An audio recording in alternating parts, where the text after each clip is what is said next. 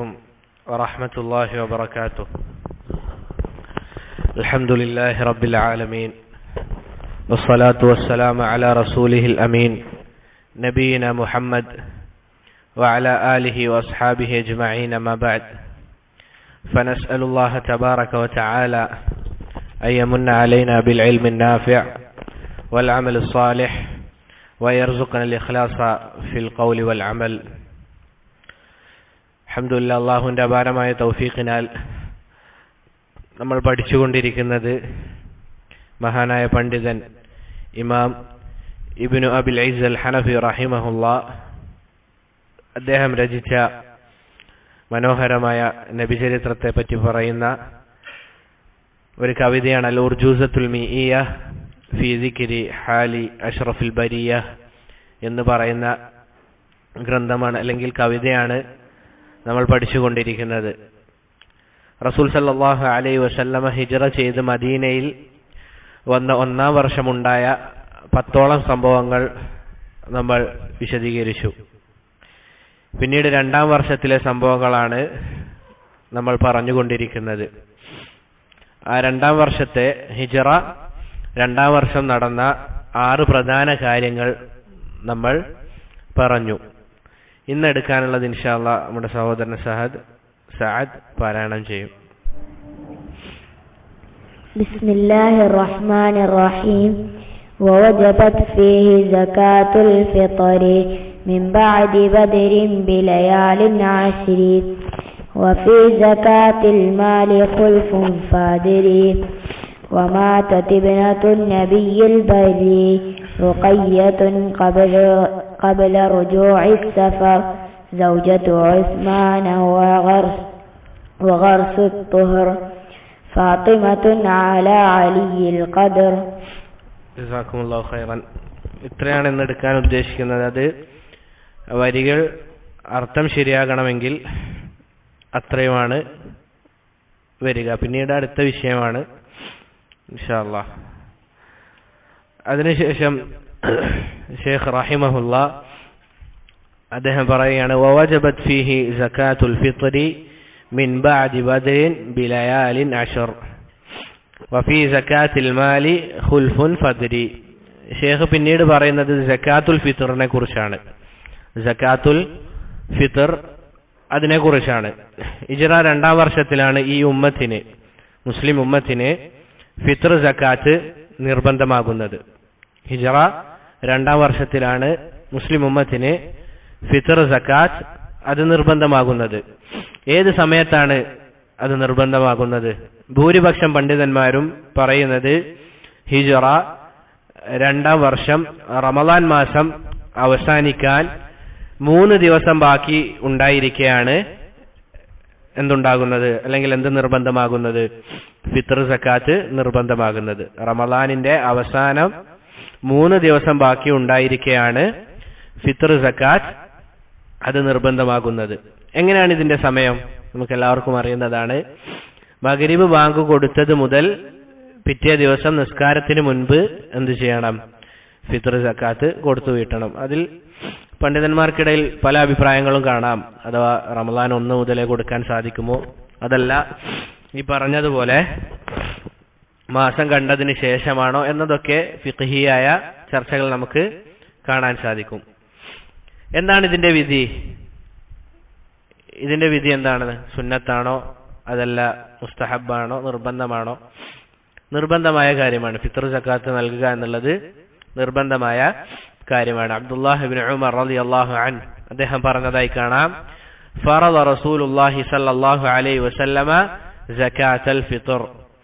ഇബ്നു ഉമർ റളിയല്ലാഹു അൻഹു പറയുകയാണ്, ഫറദ റസൂലുള്ളാഹി സ്വല്ലല്ലാഹു അലൈഹി വസല്ലമ സകാത്തുൽ ഫിത്ർ. റസൂലുള്ളാഹി സ്വല്ലല്ലാഹു അലൈഹി വസല്ലമ എന്ത് ചെയ്തു? ഫിത്ർ സകാത്ത് നൽകുക എന്നുള്ളത് നിർബന്ധമാക്കി. അപ്പോൾ എന്താണ്? ഇതാണ് ഫിത്ർ സകാത്ത് നിർബന്ധമാക്കി എന്നതിനെ അറിയിക്കുന്ന അസർ. എത്രയാണ് ഇത് നൽകേണ്ടത്?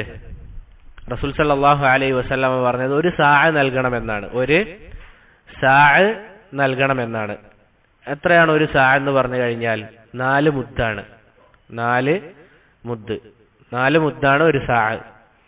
ഒരു മുദ്ദത്രയാണ് ഒരു മുഅ്തദിലായ വ്യക്തി അഥവാ ഒത്ത വലിപ്പമുള്ള കൈയുള്ള ഒരു വ്യക്തിയുടെ 4 കൈക്കുമ്പിൾ, അതാണ് ഒരു സാ. ഒരു കൈക്കുമ്പിൾ എന്ന് പറയുമ്പോൾ ഇത്ര, ഇങ്ങനെയുള്ള 4 കോരിയെടുക്കൽ ഉണ്ടായിക്കഴിഞ്ഞാലാണ് എത്ര? ഒരു സാ എന്ന് പറയുക. ഈ കാലഘട്ടത്തിൽ ഗ്രാം കണക്ക് വെച്ച് നോക്കുമ്പോൾ പണ്ഡിതന്മാർ പല കണക്കുകളും പറഞ്ഞതായി കാണാം. 2 കിലോ 800 ഗ്രാം എന്ന് പറഞ്ഞ ആളുകളുണ്ട്. അങ്ങനെ പല അഭിപ്രായങ്ങളും കാണാം. ഏറ്റവും നല്ലത് 3 കിലോ കൊടുക്കുന്നതാണ്. ഷെയ്ഖ് ഇബ്നു ബാസ് റഹിമഹുല്ലാ അദ്ദേഹമൊക്കെ പറഞ്ഞതായി കാണാം 3 കിലോ കൊടുക്കുക എന്നുള്ളതാണ് നല്ലത്. കാരണം കൂടിയാലും എന്തില്ല, വലിയ പ്രയാസമുള്ള കാര്യമല്ല. അഥവാ കുറഞ്ഞു പോയാലോ അത് നമ്മളെ ഇബാദത്തിനെ ബാധിക്കുന്നതാണ് എന്നതുകൊണ്ട് തന്നെ 3 കിലോ കൊടുക്കാനാണ് ലജ്നത്തു ദായിമ, സൗദിയിലെ ഉന്നത പണ്ഡിത സഭയായ ലജ്നത്തു ദായിമ പറയുന്നത്. ഇതാണ് സക്കാത്തുൽ ഫിത്റുമായി ബന്ധപ്പെട്ട് പറയാനുള്ളത്. പിന്നീട് ഷെയ്ഖ് റഹിമഹുല്ലാ അദ്ദേഹം പറഞ്ഞത് വഫി സക്കാത്തിൽ മാലി ഖുൽഫുൻ ഫദ്രി. പിന്നീട് എന്താണ്? ഇപ്പൊ നമ്മൾ പറഞ്ഞത് ഏതാണ്? ഫിത്ർ സക്കാത്താണ്. അതിനുശേഷം വഫി സക്കാത്തിൽ മാലി, സമ്പത്തിന്റെ വിഷയത്തിലുള്ള സക്കാത്ത്.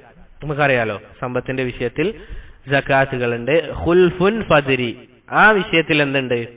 അഭിപ്രായ ഭിന്നതകളുണ്ട്. ഫദ്രി, അത് നീ എന്ത് ചെയ്യണം? മനസ്സിലാക്കണം. ഇതും ഹിജ്റ 2 നിർബന്ധമായതെന്നാണ് ഇബ്നു കസീർ റഹിമഹുല്ലയെ പോലെയുള്ള പണ്ഡിതന്മാർ പറഞ്ഞതായി കാണാൻ സാധിക്കുക. ഹിജ്റ 2 വർഷത്തിലാണ് സക്കാത്തുൽ മാലും അഥവാ സമ്പത്തുമായി ബന്ധപ്പെട്ട് നമ്മൾ കൊടുക്കേണ്ടതായ സക്കാത്ത് നൽകുക എന്നത് നിർബന്ധമായത് ഏത് കാലത്താണ്? ഹിജ്റ 2 വർഷത്തിലാണ് എന്നാണ് ഇബ്നു കസീർ റഹിമഹുല്ലാ അൽ ബിദായ വന്നിഹായ എന്ന ഗ്രന്ഥത്തിൽ പറഞ്ഞതായി നമുക്ക് കാണാൻ സാധിക്കുക. എന്തിനൊക്കെയാണ് സക്കാത്ത് നൽകേണ്ടത്? ഏതൊക്കെ കാര്യങ്ങൾക്കാണ് സക്കാത്ത് നൽകേണ്ടത്? 4 കാര്യങ്ങൾക്കാണ്. അതിൽ ഒന്നാമത്തേത് സ്വർണം, അതുപോലെ വെള്ളി, അതുപോലെ പണം. ഇതിന്റെ ഒന്നും കണക്കുകളോ കാര്യങ്ങളോ പറയുന്നില്ല, അറിഞ്ഞിരിക്കുക എന്നുള്ള നിലക്ക് പറയുന്നതാണ്. കാരണം അതൊക്കെ ചർച്ച വരുന്നത് ഏത് ബാബില, ഏത് കിതാബില? ഫിഖ്ഹുമായി ബന്ധപ്പെട്ടതാണ്. ജസ്റ്റ് പറഞ്ഞു പോകുക എന്നുള്ള നിലക്ക് പറയുന്നതാണ്. സ്വർണം, വെള്ളി, അതുപോലെ പണം, ഇതാണ് ഒരു വിഭാഗം. രണ്ടാമത്തേത് കച്ചവട വസ്തുക്കൾ. മൂന്നാമത്തേത് കൃഷി ചെയ്തുണ്ടാക്കിയ വസ്തുക്കൾ, അരി, ഗോതമ്പ്, അതുപോലുള്ളത്. നാലാമത്തേത് ആട്, മാട്, ഒട്ടകങ്ങൾ. ഈ 4 വിഭാഗത്തിനാണ് എന്ത് ചെയ്യേണ്ടത്?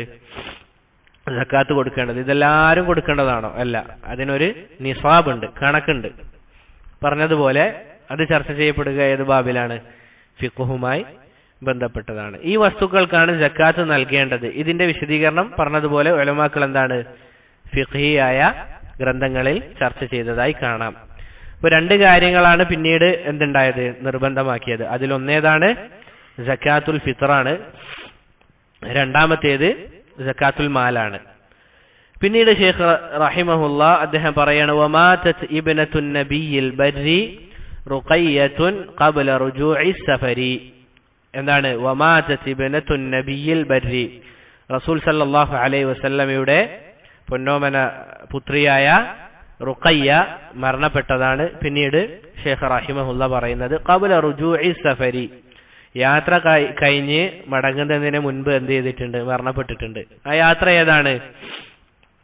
സൗജത്തു ഉസ്മാൻ. അതുകൊണ്ട് ആ കവിതയിൽ ബാക്കി ഭാഗം സൗജത്തു ഉസ്മാൻ റളിയല്ലാഹു അൻഹുവിന്റെ ഭാര്യയാണ് ആര്? റുഖയ്യ ബിൻത്ത് മുഹമ്മദ് സല്ലല്ലാഹു അലൈഹി വസല്ലം. അഥവാ ഇവിടെ പറയുന്നത് റസൂൽ സല്ലല്ലാഹു അലൈഹി വസല്ലമയുടെ മകളായ റുഖയ്യ റളിയല്ലാഹു അൻഹയുടെ മരണമാണ്. ഇവിടെ പറഞ്ഞല്ലോ ഖബ്ല റുജൂഇ സഫർ. ഏത് സഫറാണിത്? ബദർ യുദ്ധത്തിന്റെ സമയത്താണ് റുഖയ്യ റളിയല്ലാഹു അൻഹ മരണപ്പെടുന്നത്. ബദർ യുദ്ധത്തിന്റെ സമയത്താണ് എന്ത് ചെയ്യുന്നത്? റുഖയ്യ റളിയല്ലാഹു അൻഹ മരണപ്പെടുന്നത്.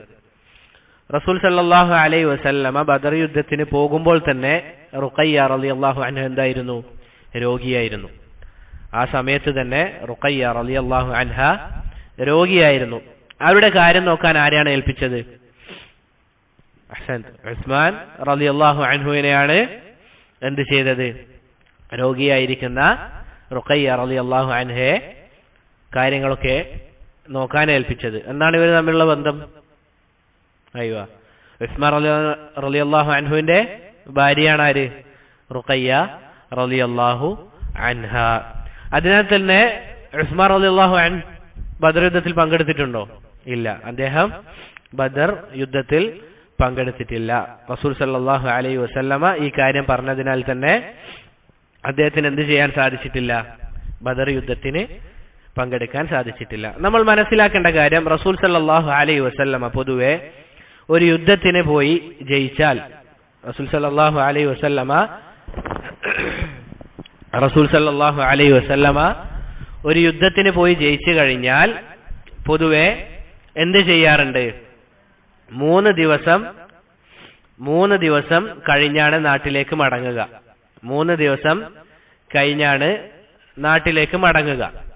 ഒരു യുദ്ധത്തിന് പോയി ആ യുദ്ധത്തിന് ജയിച്ചു കഴിഞ്ഞാൽ 3 ദിവസം അവിടെ നിന്ന് അതിനുശേഷമാണ് റസൂലുള്ളാഹി സ്വല്ലല്ലാഹു അലൈഹി വസല്ലം എന്ത് ചെയ്യാറുള്ളത്? തിരിച്ച് നാട്ടിലേക്ക് മടങ്ങാറുള്ളത്. ബദർ വിജയിച്ച കാര്യം മദീനക്കാരെ അറിയിക്കാൻ 2 സ്വഹാബിമാരെ റസൂൽ സല്ലല്ലാഹു അലൈഹി വസല്ലം എന്ത് ചെയ്തു? ഏൽപ്പിച്ചു. ആരൊക്കെയാണത്? ഒന്നാമത്തേത് അബ്ദുല്ലാഹിബ്നു റവാഹ, രണ്ടാമത്തേത് സെയ്ദ് ബിൻ ഹാരിസ. ഇവര് 2 പേരെ എന്ത് ചെയ്തു? റസൂൽ സല്ലല്ലാഹു അലൈഹി വസല്ലമ ബദർ യുദ്ധം ജയിച്ചത് അറിയിക്കാൻ വേണ്ടി മദീനയിലേക്ക് ഇവരെ നിയോഗിക്കുകയുണ്ടായി. ഉസാമത്ത് ബിൻ സെയ്ദ് റളിയല്ലാഹു അൻഹു പറയാണ്, ഫഅതാനൽ ഖബർ, നമുക്ക് ബദർ മുസ്ലിമീങ്ങൾ ജയിച്ചു എന്ന വാർത്ത വന്നെത്തി. ഏത് സമയത്താണ്? ഹീന സവൈന തുറാബ അലാ റുഖയ്യത ബിൻത് റസൂലില്ലാഹി സ്വല്ലല്ലാഹു അലൈഹി വസല്ലം. ഏത് സമയത്താണ്? റസൂൽ സല്ലല്ലാഹു അലൈഹി വസല്ലമയുടെ മകളായ റുഖയ്യ റളിയല്ലാഹു അൻഹയുടെ ഖബർ നമ്മൾ അടക്കി തിരിച്ചു വരുന്ന വേളയിലാണ് നമ്മൾ ഏത് വാർത്ത അറിയുന്നത്? ബദർ യുദ്ധത്തിന് മുസ്ലിമീങ്ങൾക്ക് അല്ലാഹു സുബ്ഹാനഹു വ തആല മഹത്തരമായ വിജയം നൽകിയിട്ടുണ്ട് എന്ന വാർത്ത നമുക്ക് വരുന്നത്. അപ്പോൾ ഈ സമയത്താണ് റുഖയ്യ റളിയല്ലാഹു അൻഹ മരണപ്പെട്ടത്. നമ്മൾ പറഞ്ഞു ഉസ്മാൻ റളിയല്ലാഹു അൻഹുവിന് ബദറിൽ എന്ത് ചെയ്യാൻ സാധിച്ചിട്ടില്ല? പങ്കെടുക്കാൻ സാധിച്ചിട്ടില്ല. പക്ഷേ ഗനീമത്ത് സ്വത്തിൽ നിന്ന് റസൂൽ സല്ലല്ലാഹു അലൈഹി വസല്ലം ഒരു വിഹിതം ആർക്ക് നൽകിയിട്ടുണ്ട്? ഉസ്മാൻ റളിയല്ലാഹു അൻഹുവിന് നൽകിയിട്ടുണ്ട്. മാത്രമല്ല റസൂൽ സല്ലല്ലാഹു അലൈഹി വസല്ലമ ഉസ്മാൻ റളിയല്ലാഹു അൻഹുവിനോട് ഇപ്രകാരം പറയുകയും ചെയ്തു, ഇന്ന ലക അജ്റ റജുലിൻ മിമ്മൻ ഷഹിദ ബദർ. താങ്കൾക്ക് എന്തുണ്ട്? ബദറിൽ പങ്കെടുത്ത ഒരു വ്യക്തിയുടെ പ്രതിഫലം താങ്കൾക്കുമുണ്ട് എന്ന് റസൂൽ സല്ലല്ലാഹു അലൈഹി വസല്ലം ആരോട് പറഞ്ഞു? ഉസ്മാൻ റളിയല്ലാഹു അൻഹുവിനോട് പറയുകയുണ്ട്. അവിടുന്ന് ഒരിക്കലും യുദ്ധത്തിന് പോകാൻ താല്പര്യമില്ലാത്തത് കൊണ്ട് പോകാതിരുന്നതല്ല, മറിച്ച് റസൂൽ സല്ലല്ലാഹു അലൈഹി വസല്ലമ റുഖയ്യ റളിയല്ലാഹു അൻഹയുടെ കാര്യം നോക്കാൻ ഏൽപ്പിച്ചത് കൊണ്ടായിരുന്നു എന്ത് ചെയ്തത്? അദ്ദേഹത്തിന് യുദ്ധത്തിന് പോകാതിരിക്കാനുള്ള തടസ്സമായിട്ട് ഉണ്ടായിരുന്ന കാര്യം. പിന്നീട് ഷെയ്ഖ് റഹിമഹുല്ല പറയുന്ന കാര്യം, വഉർസു തുഹരി ഫാത്തിമത്തു അലാ അലിയിൽ ഖദ്രി. പിന്നീടുണ്ടായ സംഭവം എന്താണ്? ഫാത്തിമ റളിയല്ലാഹു അൻഹയുമായിട്ട് അലി റളിയല്ലാഹു അൻഹുവിന്റെ നിക്കാഹ് നടന്ന സംഭവമാണ് പിന്നീട് ഷെയ്ഖ് റഹിമഹുല്ല പറയുന്നത്. ബദർ യുദ്ധശേഷമാണ് അലി റളിയല്ലാഹു അൻ ഫാത്തിമ റളിയല്ലാഹു അൻഹയെ വിവാഹം ചെയ്യുന്നത്. ബദർ യുദ്ധ ശേഷം. ഇതിനുള്ള തെളിവെന്താണ്? വിവാഹത്തിന്റെ ചിലവിന് ബദറിന്റെ ഗനീമത്ത് സ്വത്തിൽ നിന്ന് എടുത്തതായി അലി റളിയല്ലാഹു അൻഹു ഗനീമത്ത് സ്വത്ത് ലഭിച്ചതിൽ നിന്ന് വിവാഹ ചെലവ് എടുത്തതായി ഇമാം ബുഖാരി മുസ്ലിം ഉദ്ധരിക്കുന്ന ഒരു അസറിൽ നമുക്ക് എന്ത് ചെയ്യാൻ സാധിക്കും? കാണാൻ സാധിക്കും. അപ്പോൾ അതിൽ നിന്ന് വ്യക്തമാക്കുന്ന കാര്യം എന്താണ്? ബദർ യുദ്ധ ശേഷമാണ് അലി റളിയല്ലാഹു അൻഹുവും ഫാത്തിമ റളിയല്ലാഹു അൻഹയും തമ്മിലുള്ള വിവാഹം നടക്കുന്നത്. നമുക്കറിയാം റസൂലുള്ളാഹി സ്വല്ലല്ലാഹു അലൈഹി വസല്ലമയുടെ ഉപ്പയുടെ സഹോദരന്റെ മകനാണ് ആര്? അലി റളിയല്ലാഹു അൻഹു, അലി ഇബ്നു അബി താലിബ് അല്ലെ? ഉപ്പയുടെ സഹോദരന്റെ മകനാണ് അലി റളിയല്ലാഹു അൻഹു. നമ്മുടെ നാട്ടിൽ പൊതുവെ പറഞ്ഞ് പ്രചരിപ്പിക്കാറുള്ള ഒരു കാര്യമാണെന്ത്? കുടുംബത്തിൽ വിവാഹം ചെയ്യാൻ പാടില്ല എന്നുള്ളത്. പൊതുവെ നമ്മുടെ നാട്ടിൽ പറഞ്ഞ് പ്രചരിപ്പിക്കാറുള്ള ഒരു വിഷയമാണെന്ത്? കുടുംബക്കാർ തമ്മിൽ വിവാഹം ചെയ്യാൻ പാടില്ല. ഉദാഹരണത്തിന് പറയുകയാണെങ്കിൽ മൂത്തുമ്മയുടെ മകൾ അല്ലെങ്കിൽ മൂത്താപ്പയുടെ മകൾ അങ്ങനെയുള്ള ആളുകളുമായി വിവാഹം ചെയ്യാൻ പാടില്ല എന്ന രൂപത്തിൽ പൊതുവെ എന്ത് ചെയ്യാറുണ്ട്, പറയപ്പെടാറുണ്ട്. ഇങ്ങനെ പറയുന്നതിന് യാതൊരു അടിസ്ഥാനവുമില്ല. ഖുർആനും സുന്നത്തും എടുത്തു നോക്കിക്കഴിഞ്ഞാൽ ഈ രൂപത്തിൽ ശറഈയായി എന്തില്ല, ഒരു തടസ്സവും നമുക്ക് കാണാൻ സാധിക്കുകയില്ല. മാത്രമല്ല റസൂൽ സല്ലല്ലാഹു അലൈഹി വസല്ലമ വിവാഹം ചെയ്ത സൈനബ് ബിൻത് ജഹ്ഷ് ഉമ്മുൽ മുഅ്മിനീനാണ്. റസൂൽ സല്ലല്ലാഹു അലൈഹി വസല്ലമയുടെ ഭാര്യയായ സൈനബ് ബിൻത് ജഹ്ഷ് റളിയല്ലാഹു അൻഹ റസൂൽ സല്ലല്ലാഹു അലൈഹി വസല്ലമയുടെ ഉപ്പയുടെ സഹോദരിയുടെ മകളാണ്. റസൂൽ സല്ലല്ലാഹു അലൈഹി വസല്ലമയുടെ ഉപ്പയുടെ സഹോദരിയുടെ മകളാണ് ആര്? സൈനബ് ബിൻത് ജഹ്ഷ്. അപ്പോൾ പരസ്പരം അവർ തമ്മിൽ എന്ത് ചെയ്തിട്ടുണ്ട്? കല്യാണം കഴിച്ചിട്ടുണ്ട്. ശരീഅത്ത് വിലക്കുന്ന ഒരു കാര്യമാണെങ്കിൽ ഒരിക്കലും റസൂൽ സല്ലല്ലാഹു അലൈഹി വസല്ലമ ഈ രൂപത്തിൽ ചെയ്യില്ല.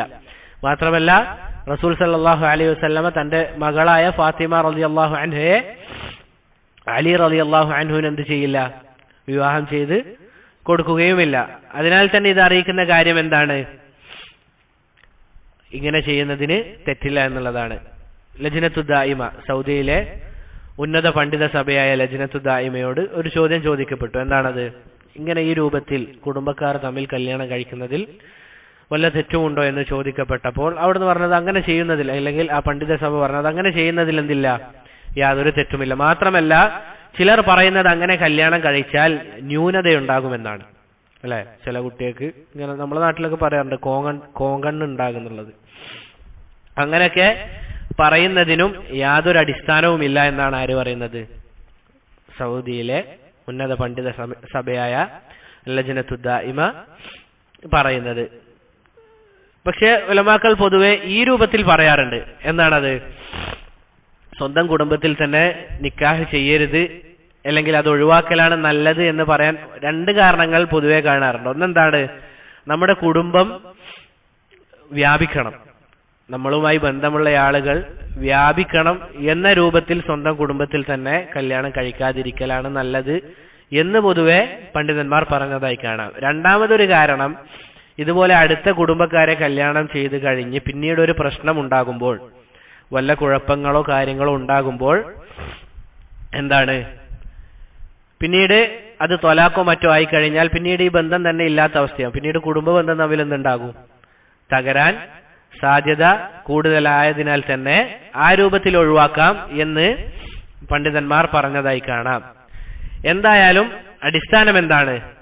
പറ്റുമെന്നുള്ളതാണ്. അടിസ്ഥാനം പറ്റുമെന്നുള്ളതാണ്. ഇബ്നു ഉസൈമീൻ റഹിമഹുല്ലാ പറയുന്നതായി കാണാം, ദീനുള്ള കുടുംബമാണ് എങ്കിൽ നമുക്ക് ആ കുടുംബത്തെ സ്വീകരിക്കാം. അഥവാ നമ്മൾ അടുത്ത കുടുംബമാണ്, മൂത്തമ്മയുടെ മകളാണ് അല്ലെങ്കിൽ മൂത്താപ്പയുടെ മകളാണ്, നല്ല ദീനുള്ള കുട്ടിയാണ് എങ്കിൽ എന്ത് ചെയ്യാം? ആ കുട്ടിയെ തന്നെ തിരഞ്ഞെടുക്കാം, സ്വീകരിക്കാം എന്ന് ഇബ്നു ഉസൈമീൻ റഹിമഹുല്ല പറഞ്ഞതായി കാണാം. പറയുന്നത് പോലെ ന്യൂനതയുണ്ടാകും എന്ന് പറയുന്നതിൽ യാതൊരു അടിസ്ഥാനവുമില്ല. മാത്രമല്ല അലി റളിയല്ലാഹു അൻഹുവിന്റെ രണ്ട് മക്കളായ അൽ ഹസൻ അതുപോലെ തന്നെ ഹുസൈൻ, അവർക്ക് ആരോഗ്യപരമായി എന്തുണ്ടായിരുന്നില്ല? ഒരു പ്രയാസവും ഉണ്ടായിരുന്നില്ല. അവർക്ക് ആരോഗ്യപരമായി ഒരു പ്രയാസവും കുഴപ്പവും ഉണ്ടായിരുന്നില്ല. ഇത്രയുമാണ് ഇൻഷാ അല്ലാഹ് ഇന്ന് എടുക്കാനുള്ളത്. ചെറിയൊരു പ്രയാസമുണ്ട്, ജലദോഷം പിടിച്ചിട്ടുള്ളത്. കൂടുതൽ സംസാരിക്കുന്നതിൽ പ്രയാസമുണ്ട്. ഇൻഷാ അല്ലാഹ് ഹദീസ് ക്ലാസ് കുറച്ച് കൂടുതൽ സമയം ഉണ്ടാകും ഇൻഷാ അല്ലാഹ്. ബാറക്കല്ലാഹു ഫീക്കും. പറഞ്ഞതിൽ വല്ല നന്മയും ഉണ്ട് എങ്കിൽ അത് അല്ലാഹു സുബ്ഹാനഹു വ തആലയിൽ നിന്ന് മാത്രമുള്ളതാണ്. പറഞ്ഞതിൽ വല്ല തെറ്റും വന്നു പോയിട്ടുണ്ട് എങ്കിൽ അതെന്നിൽ നിന്നും ശൈത്താനിൽ നിന്നുമുള്ളതാണ്. റബ്ബ് സുബ്ഹാനഹു വ തആല നമ്മുടെ ഈ കൂടിയിരുത്തം നാളെ നമുക്ക് ലഭിക്കുന്ന ഏറ്റവും വലിയ പ്രതിഫലമായി മാറ്റുമാറാകട്ടെ. വഹാദാ വല്ലാഹു തആല അലാ വഅലം വസല്ലല്ലാഹു വസല്ലമ അലാ നബിയിന മുഹമ്മദ് വഅലാ ആലിഹി വഅസ്ഹാബിഹി അജ്മഈൻ. അസ്സലാമു അലൈക്കും വറഹ്മത്തുള്ളാഹി വബറകാതുഹു.